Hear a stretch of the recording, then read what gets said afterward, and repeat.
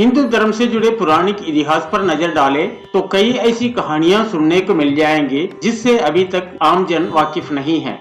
इन्हीं कहानियों में से एक है ऋषि के रचिता ब्रह्मा के अपनी ही बेटी के साथ विवाह करने का घटना। इस बात तो हम सभी जानते हैं कि त्रिदेव के हाथों में ही इस सृष्टि की भागडोर समाहित है। ब्रह्मा के पास सृष्टि का रचना, विष्णु के पास संरक्षण का और देवों के देव महादेव शिव के विनाश का जिम्मे सौंपा गया है। इसी विनाश के बाद फिर से शुरू होता है सृजन का चक्र।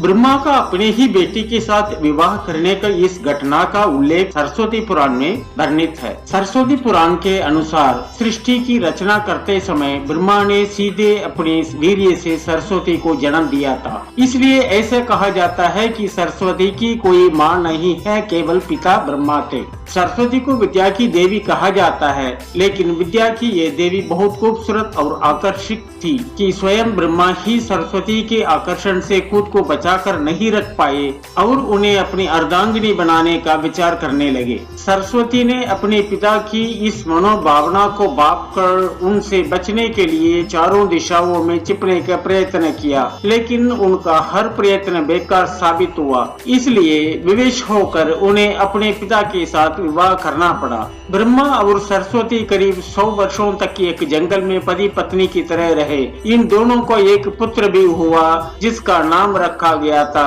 स्वयंभू मनु। इसके उलट मत्स्य पुराण के अनुसार ब्रह्मा के 5 सिर थे।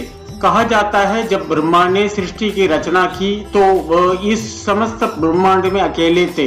ऐसे में उन्होंने अपने मुख से सरस्वती शांति ब्रह्मी को उत्पन्न किया।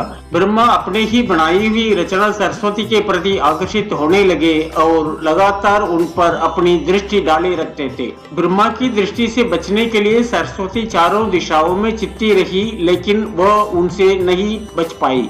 इसलिए सरस्वती आकाश में जाकर के छिप गई, लेकिन अपनी 5वें सिर से ब्रह्मा ने उन्हें आकाश में भी खोज निकाले और उन्हें सृष्टि की रचना में सहायता करने का निवेदन किया। सरस्वती से विवाह करने के पश्चात सर्वप्रथम मनु का जन्म हुआ। ब्रह्मा और सरस्वती की ये संतान मनु को पृथ्वी पर जन्म लेने वाला पहला मानव कहा जाता है। इसके अलावा मनु को वेदों, सनातन धर्म और संस्कृत समेत समस्त भाषाओं का जनक भी कहा जाता है। प्रजापति ब्रह्मा को अपनी ही पुत्री के प्रति आकर्षित होना और उनके साथ संभोग करना अन्य सभी देवताओं की नजरों में अपराध था। सभी ने मिलकर पापों को सर्वनाश करने वाला शिव से आग्रह किया कि ब्रह्मा ने अपनी पुत्री के लिए यौन का शंकाएं रखी, जो कि एक बड़ा पाप है। ब्रह्मा को उनके किए का फल मिलना ही चाहिए। क्रोध में आकर शिव ने उनके 5वें सिर को उनके धड़ से अलग कर दिया था। शिव पुराण के अनुसार ब्रह्मा के सर्वप्रथम 5 सिर थे। दोस्तों, ये वीडियो आपको कैसा लगा?